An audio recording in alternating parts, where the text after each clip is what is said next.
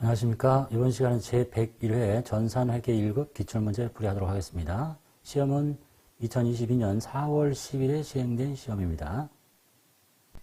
문제 1번. 다음의 손익계산서 항목 중에서 유형자산 처분 손실이 발생할 경우 변동되는 것. 유형자산 처분 손실은 영업의 비용이니까 매출액, 매출원가 뺀 매출총이, 거기서 판매비와 관리비를 뺀 영업이익, 그 다음에 영업의 수익과 비용이니까 법인세 비용 차감전 순손익이 변동이 되겠네요.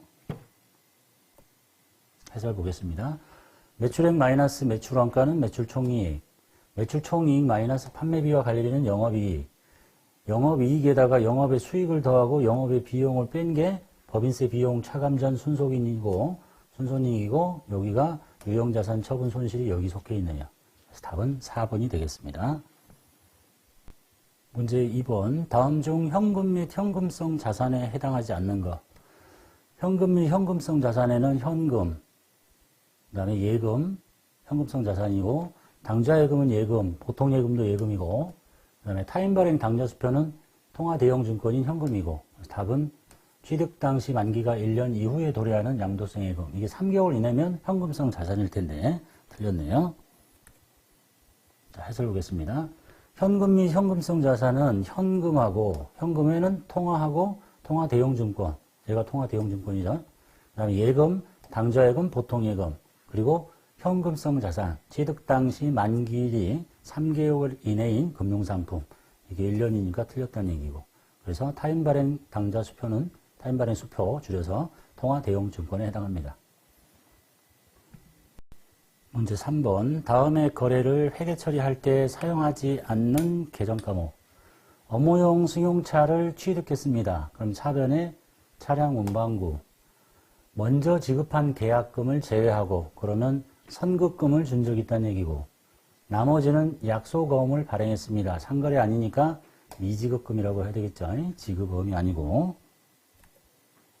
분계 보면 차변에 차량 운반구, 미리 준 계약금은 선급금, 약소거음 발행은 상거래 아니니까 미지급금.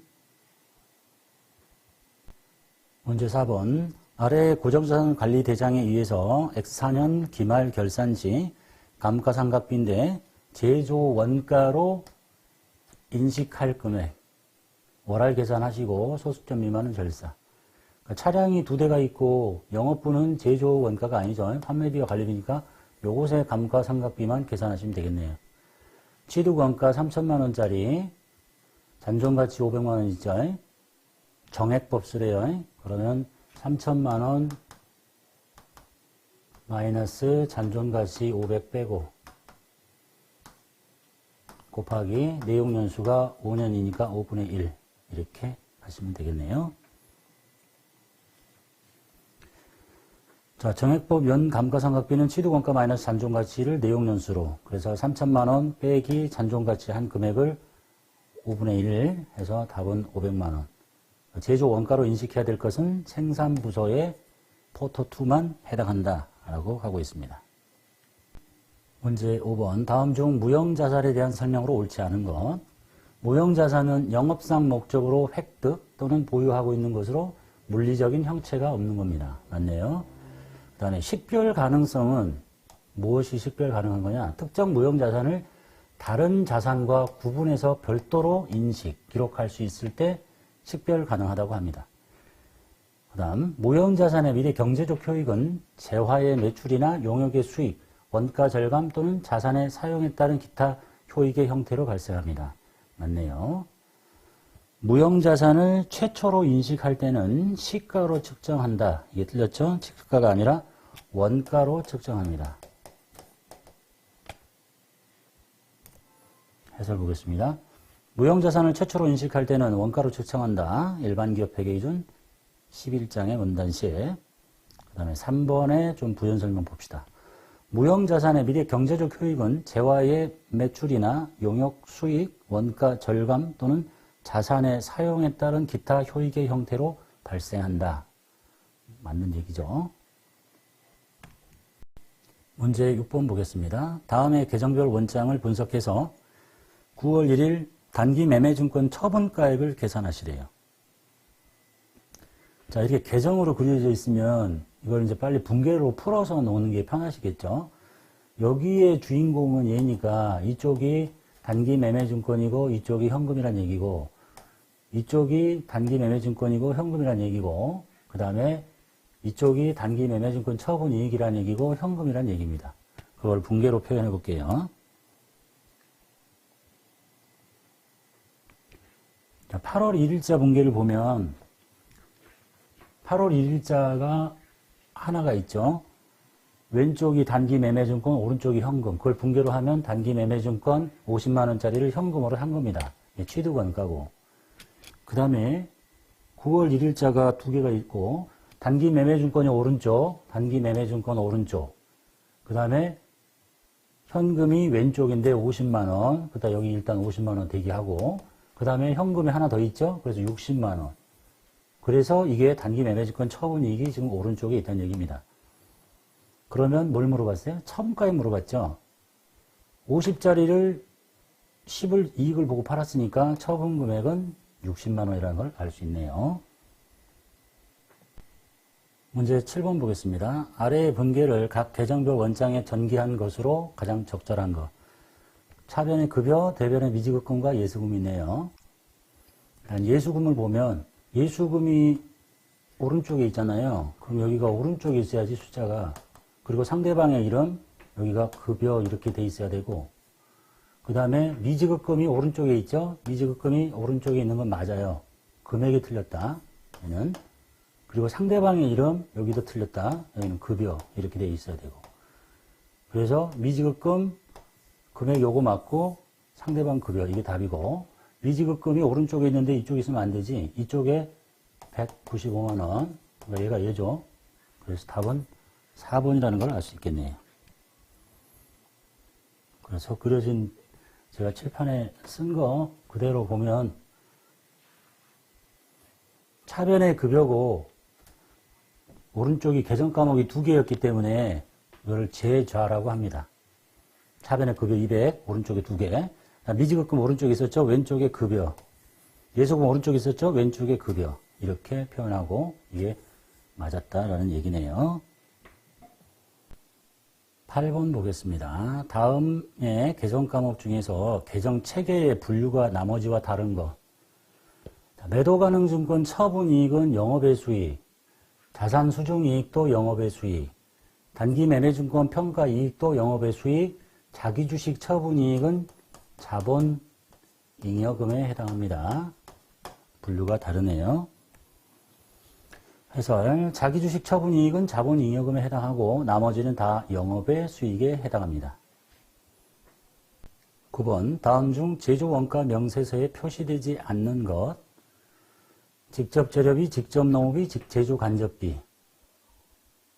맞겠죠? 그걸 다 합쳐서 단기 총 제조 원가라고 부릅니다. 거기다가 기초 제공품 더하고 기말 제공품 뺀 걸 단기 제품 제조 원가라고 합니다. 제품 매출 원가는 손익계산서에 표시되겠죠. 자, 제품 매출 원가는 손익계산서에 표시됩니다. 문제 10번. 다음은 종합원가 계산과 개별원가 계산에 대한 설명입니다. 옳지 않은 것을 고르시오. 답품종, 여러가지 제품, 주문 생산에 적합한 것은 개별원가 계산이겠죠.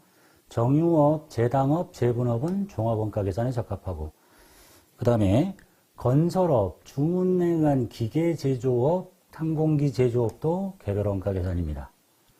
상대적으로 정확한 제품 원가 계산이 가능한 것은 종합원가가 아니라 개별원가 계산이 보다 상대적으로 정확하다라고 볼 수 있겠죠. 상대적으로 정확한 제품 원가 계산이 가능한 것은 개별원가 계산입니다. 11번. 다음 자료를 이용해서 평균법에 의한 가공비의 완성품 환산량, 가공비의 완성품 환산량을 계산하시래요.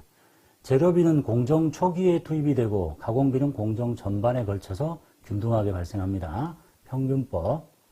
기초 제공품 수량, 물량 흐름을 간단하게 먼저 그려볼게요. 여기 들어와서 이렇게 나갈 텐데 기초 제공품이 400개가 완성도 20%에 있다가 이렇게 나갈 텐데 이거는 평균법이니까 얘는 처음부터 나가는 걸로 봅니다. 그게 400개.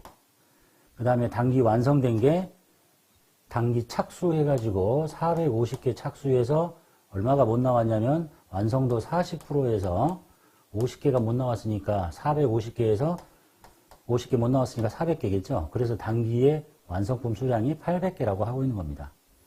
그래서 간단히 보면 재료비, 가공비죠. 가공비의 완성품 환산량은 가공비는 공정 전반에 걸쳐서 이렇게 발생하니까 얘 400, 100%, 얘 400, 800개, 완성품 800개, 얘 50개가 40%, 54, 20개, 820개가 답이라는 걸 알 수 있겠네요. 자, 방금 말씀드린 물량 흐름을 파악해 보면 기초 제공품은 400개가 있는데 완성도 20%에서 여기서 나가는 게 아니고 여기서 이렇게 나가는 게 아니라 평균법이니까 다시 돌아와서 여기서부터 출발합니다. 그래서 400개가 나왔고 450개를 착수해서 50개가 못 만들어졌으니까 400개가 튀어나와서 단기 완성품 수량이 800개고 그래서 얘 둘 다는 다 100%씩 진행한 거죠. 그래서 800개. 그 다음에 얘는 저기서부터 40%를 진행했으니까 곱하기 40%. 이렇게 해서 54, 20개라고 알 수 있겠네요. 그래서 가공비만 물어봤죠. 재료비까지 보면 재료비도 쟤는 100%, 얘도 100%. 그러니까 800개. 얘는 재료는 여기서 쏟아지니까 다 투입됐잖아요. 그러니까 얘는 50개. 재료비로 보면 850개, 가공비로 보면 820개라고 알 수 있습니다. 12번 다음 중 원가와 관련된 설명으로 옳지 않은 것은 1번 단기 총 제조 원가는 직접 재료비, 직접 농업비, 제조 간접비를 합친 걸 보고 단기 총 제조 원가라고 합니다. 그 다음에 제공품의 기초, 기말 재고가 없다면 단기 총 제조 원가나 단기 제품 제조 원가가 똑같겠죠. 단기 총 제조 원가에다가 플러스 마이너스 하는 게 제공품인데 둘 다 없으니까 똑같아집니다. 그 다음에 매몰 원가는 의사결정을 할 때 고려하지 않는 과거에 발생한 원가의 합계를 매몰 원가.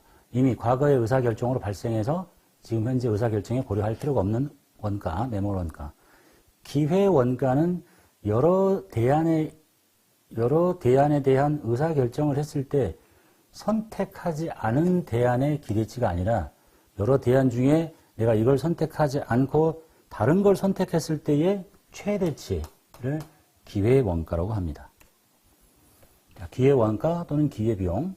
자원을 현재 용도에 쓰지 않고 다른 용도로 썼을 때에 얻을 수 있는 최대 금액을 말합니다.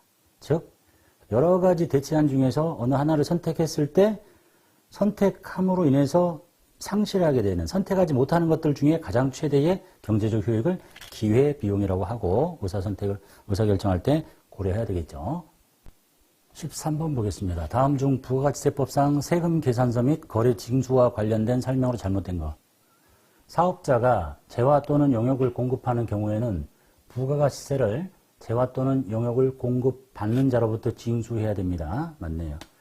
그다음에 세금 계산서는 재화 또는 용역의 공급 시기에 발급하는 것이 원칙입니다.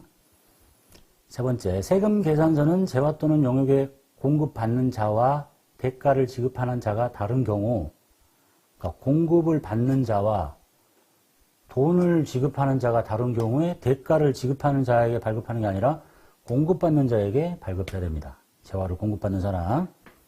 그다음에 네 번째, 재화 또는 용역의 공급 시기가 되기 전이라도 대가의 전부 또는 일부를 수령한 경우에는 세금 계산서를 발급할 수 있습니다. 해설 잠깐 볼게요.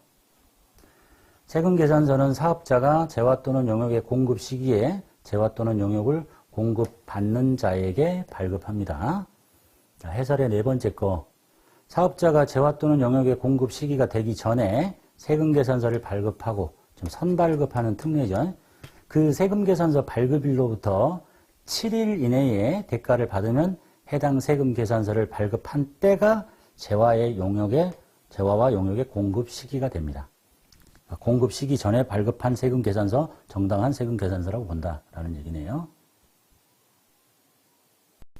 14번 다음 중 부가가치세법상 면세 대상 용역에 해당하는 것. 면세, 전세버스 운송 용역 과세, 골동품 과세, 도서 대여 용역 면세, 자동차 운전학원 교육 용역 과세. 도서 및 도서 대여 용역의 공급에 대해서는 부가가치세를 면제합니다. 15번 다음 자료에 의하여 부가가치세 과세표준을 계산하면 얼마인가? 과세표준 총 매출액 과세표준이겠죠. 총 매출액이 100만 원이고 거기다가 외상매출금 연체이자 대가의 지급 지연으로 인한 연체이자는 과세표준에 포함되지 않습니다. 그 다음에 매출 애누리와 매출 할인에 과세표준에서 차감해야 돼요. 여기서 빼내야 돼. 16,000원 빼고 3만원 빼고 그 다음에 판매 장려금을 줬다는 이유로 과세표준을 차감시키지는 않습니다. 그 다음에 대손이 일어났다고 과세표준을 빼지는 않습니다. 그냥 나중에 대손세 공제를 받으면 되는 거고. 그래서 총 매출액 100에서 매출 애누리 매출 할인을 뺀 게 과세표준입니다. 그 다음에 추가적인 해설. 공급에 대한 대가의 지급이 지체되었음을 이유로 받는 연체이자. 연체이자는 재화 용역의 공급하고 상관없는 금융거래니까 연체이자는 과세표준에 포함하지 않습니다. 이자 받았다고 매출세금 계산서 끊는 거 아니다 이런 얘기입니다. 그래서 총 매출액인 이 금액에 가산하지 않습니다. 그 다음에 사업자가 재화 또는 용역을 공급받는 자에게 지급하는 장려금. 물건 많이 팔아준다고 해서 돈으로 주는 장려금이에요. 장려금. 금품이면 간주공급에 해당해요. 돈을 주는 거, 그 다음에 이와 유사한 금액은 그리고 또 대손금, 대손이 일어났다고 해서 마이너스 세금계산 끊는 거 아니죠. 과세표준에서 공제하지 않습니다. 그러니까 요 금액 가만히 놔두고 얘는 나중에 대손세 공제를 받고 얘는 그냥 판매 장려금 주면 그걸로 끝인 거야. 매출을 줄이는 게 아니라 이런 얘기입니다. 자, 이상으로 기출문제 풀이를 마치도록 하겠습니다.